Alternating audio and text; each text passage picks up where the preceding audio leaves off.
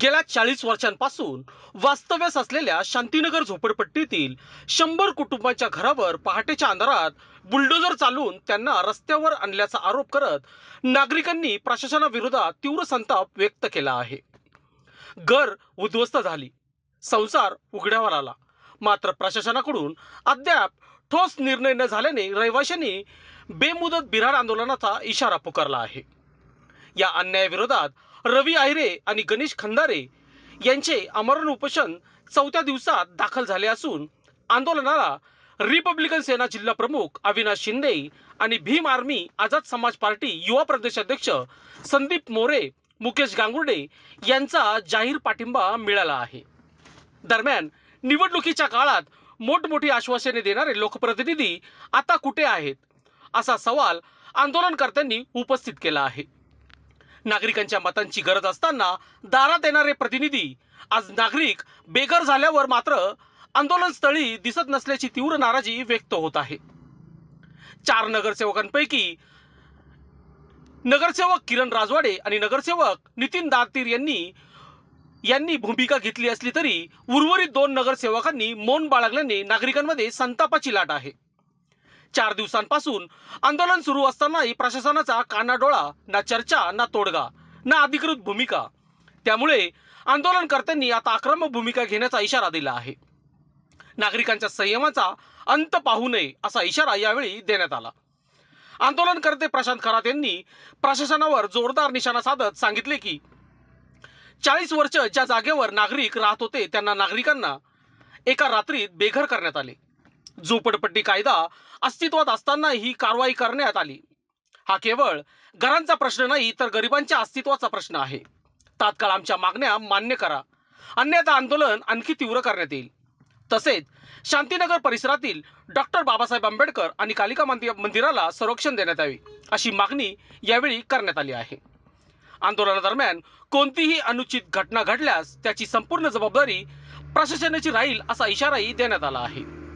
आता 100 बेघर कुटुंबाचा आक्रोश प्रशासनाच्या दारापर्यंत पोहोचतो का, की आंदोलन आणखी चिघळते, याकडे संपूर्ण परिसराचे लक्ष लागले आहे। लोकशास्त्र न्यूज साठी बंटी आडाव, सातपूर। गेल्या 4 दिवसापासून बिऱ्हाड आंदोलन चालू आहे। नेमकं आपली काय भूमिका आहे, काय सांगाल? या आंदोलनाच्या पहिल्या दिवसापासूनच खासदार भाई चंद्रशेखर आझाद यांच्या आदेशानुसार आम्ही भीम आर्मी आझाद समाज पार्टीच्या वतीने या बिऱ्हाड आंदोलनाला पाठिंबा जाहीर केला होता आणि आम्ही सक्रिय या आंदोलनामध्ये 4 दिवस झाले सोबत आहोत। आज आम्ही काल मीडियाच्या माध्यमातून आम्ही या सरकारला आणि या प्रादेशिक अधिकारी यांना इशारा दिला होता की जर 11 तारखेला दुपारी 12 वाजेपर्यंत या संदर्भात काही निर्णय झाला नाही तर आम्ही या सर्व नागरिकांचं बिऱ्हाड घेऊन आम्ही प्रादेशिक अधिकारी यांच्या दालनामध्ये आज जाणार आहोत। अजूनपर्यंतही आमच्यापर्यंत कुठलाही अधिकारी आलेला नाही आहे। या जातीवादी मनोवादी सरकारने जवळपास 100 कुटुंबांना ऐन पावसाळ्याच्या तोंडावर बेघर केलेलं आहे। त्यांची कुठलीही पर्याय व्यवस्था केलेली नाही। एका बाजूला देवेंद्र फडणवीस या राज्याचे मुख्यमंत्री आश्वासित करतात की 2011 पूर्वीच्या ज्या झोपडपट्ट्या आहेत त्या आम्ही नियमित करतोय आणि दुसऱ्या बाजूला नाशिकमध्ये कुंभमेळ्याच्या नावाखाली व बिल्डरांच्या उद्योगपतींच्या घशात हा भूखंड घालण्यासाठी या ठिकाणी 100 परिवारांना त्यांनी बेघर केलेला आहे। याचा आम्ही तीव्र शब्दात असा निषेध करतो। या सरकारच्या कथनी आणि करणीमध्ये फरक आहे। हे फसवं सरकार आहे। या फसव्या सरकारचा आम्ही निषेध करतो आणि आज आम्ही 12 वाजेपर्यंतचा वेळ या सरकारला या प्रादेशिक अधिकाऱ्यांना दिलेला होता। अजूनपर्यंत आमच्याकडे कोणताही अधिकारी आलेला नाही, आमची विचारपूस केलेली नाही आहे की पुढील काय भूमिका असेल। त्यामुळं आम्ही थोड्याच वेळामध्ये आमचे सर्व आझाद समाज पार्टी भीम आर्मीच्या वतीने सर्व आम्ही हे बिऱ्हाड उचलून हा संसार उचलून प्रादेशिक अधिकारी जो AC मध्ये बसला आहे आणि माझी माय माऊली जनता रस्त्यावर उन्हामध्ये बसलेली आहे त्यांना न्याय मिळवून देण्यासाठी आम्ही आज त्या प्रादेशिक अधिकारी यांच्या दालनामध्ये घुसणार आहोत। जय भीम, जय भारत। गेल्या 4 दिवसापासून बिऱ्हाड आंदोलन चालू आहे। नेमकं आपली काय भूमिका आहे, काय सांगाल? या आंदोलनाच्या पहिल्या दिवसापासूनच खासदार भाई चंद्रशेखर आझाद यांच्या आदेशानुसार आम्ही भीम आर्मी आझाद समाज पार्टीच्या वतीने या बिऱ्हाड आंदोलनाला पाठिंबा जाहीर केला होता आणि आम्ही सक्रिय या आंदोलनामध्ये 4 दिवस झाले सोबत आहोत.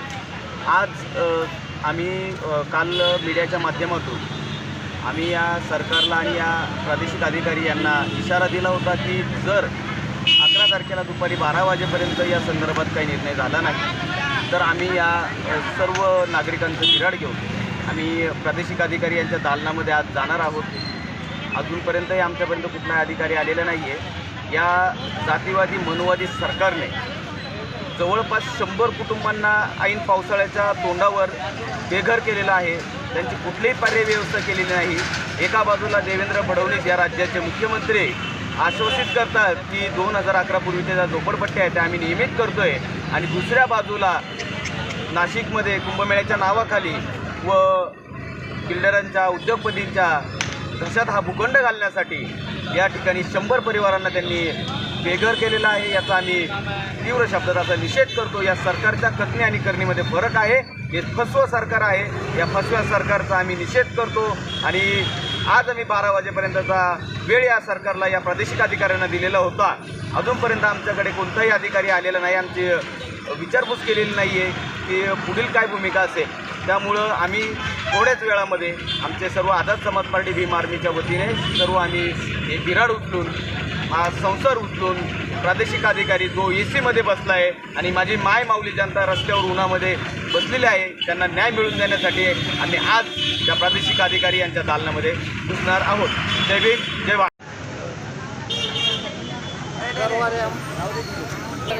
शांतीनगर रमाबाई नगर या वस्तीत राहतो. तरी माझं म्हणणं एक आहे, नाशिकमध्ये सुविधा चालू आहे. सर्व नाशिक स्वच्छ करायचं. कुंभमेळ्याचा टाईम आलेला आहे. त्याच्यात नाशिक आपलं स्वच्छ झालं पाहिजे, चांगलं झालं, सुविधा झाल्या पाहिजे. त्याच्यासाठी नगरपालिका सर्व सरकार नाशिकमध्ये काम करू राहिले आणि गरिबाचे झोपड्या मोडण्याचे, गरिबाला उद्ध्वस्त करण्याचे, त्यांचे मुलं बाळं उन्हात पावसामध्ये उभे करायचे, त्या मुलाची काही काळजी आहे का?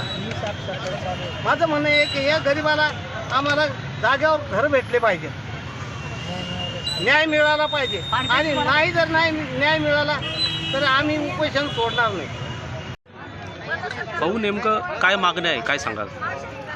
ऐन पावसाळ्याच्या दिवसात 2 तारखेला शांतीनगर या ठिकाणी 40 वर्षापासून राहत असलेल्या वस्तीला कुठलीही पूर्वकल्पना देता सकाळी 6 वाजता अतिक्रमण राबवून यांची घरं तोडण्यात आलेली आहेत आणि ह्या लोकांना बेघर करण्यात आलेलं आहे.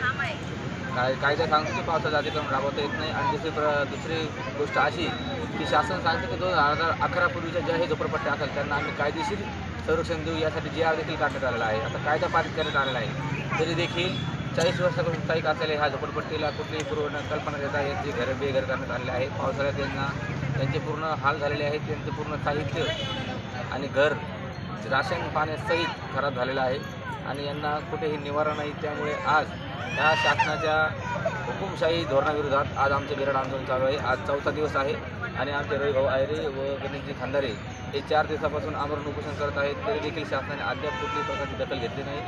शासनाला आमचा इशारा आहे, तात्काळ आमच्या मागण्या मान्य करा. तिथे आमचं 40 वर्षापासून पूर्णकृती पुतळा आहे डॉक्टर बाबासाहेब आंबेडकरांचा. तिथे एक कालीमाता मंदिर आहे. त्यांना संरक्षण देऊन त्यांना कुठल्या प्रकारे न हलवता त्यांना कायदेशीर सुरक्षा देण्यात यावी आणि आमच्या जे रहिवासी आहेत त्यांना 5 एकर जागा मंजूर करून द्यावी. हाऊसिंग सोसायटी शांतीनगर मागासवर्गीय गृहनिर्माण संस्था यांना ही जागा द्यावी अशी आमची मागणी आहे. या संदर्भात काही अधिकाऱ्यांशी काही बोलणं झालं आहे का? प्रादेशिक अधिकारी दीपक पाटील साहेब यांची बोलणं झालेलं आहे, परंतु ते वरच्या लेवलला चर्चा करत आहेत. लवकरच निर्णय घेऊ असं त्यांनी सांगितलेलं आहे. बघूया आता पुढचा पवित्र काय असणार आहे आपला? आमच्या मागण्या लवकर पूर्ण काय झाल्या नाही आणि आमच्या आंदोलनाला कोणाला काय झालं सर्वचे जबाबदार दीपक पाटील साहेब असतील आणि होणाऱ्या परिणामात आम्ही आंदोलन तीव्र करूया. आज काही महिलांचं आत्मदहन आहे, ते त्यांचे आत्मदहन करणार आहे. काय त्यांच्या जेव्हा काय झालं तर प्रशासन जबाबदार आहे. काय सांगाल? काय सांगाल? आज 4था दिवस आहे आंदोलनाचा, काय सांगाल?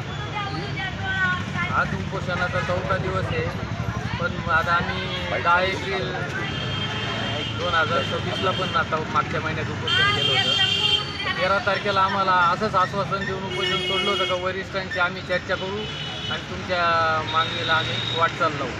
आणि नोव्हेंबर महिन्यापासून आमचं आत्ता बी तिथं त्या शांतीनगर वसाहत तिथं साखळी उपोषण चालू आहे त्याची बी दखल घेतली नाही. आणि त्या 19 तारखेला साहेबांनी आमच्या दालनात मीटिंग लावली उपोषणाविषयी का बुवा आम्ही वरिष्ठांची चर्चा करू आणि तुम्हाला कायमस्वरूपी म्हणा वरून जो आदेश येईल तो आदेश आम्ही बेघर करणार नाही, पण आम्हाला आता बेघर करणार नाही असं आश्वासन देऊन आणि त्याच्यानंतर 2 तारखेला कुठलंही आम्हाला नोटीस न देता सकाळी 6 वाजायला आमच्या झोपड्या तोडण्यात आल्या आणि आमचा ऐन पावसाळ्याच्या वेळेस आमच्यावर अन्याय करण्यात आला. साधारणतः किती घरं आहे तिथं, किती कुटुंब आहे? सरासरी जवळजवळ 200 कुटुंब आहेत. म्हणजे सगळेच उठवले का? सगळे डायरेक्ट बेघर गेले. आता पुढचा पवित्रा काय असणार आहे आपला? पुढचा पवित्र आता असा असणार आहे का शासनाने घटनेत आहे अन्न वस्त्र निवारा आणि हा निवारा कायद्याने दिलाच पाहिजे ना. आम्हाला नाही दिला तर मग आम्हाला भगतसिंग राजगुरू यांच्यासारखी भूमिका घ्यावं लागेल, परत आझादी. कारण की इंग्रजांचं गोरं सरकार बरं होतं ना त्यांच्या. लोकांनी लोकांसाठी उचललेले अस्त्र म्हणजेच लोकशास्त्र न्यूज.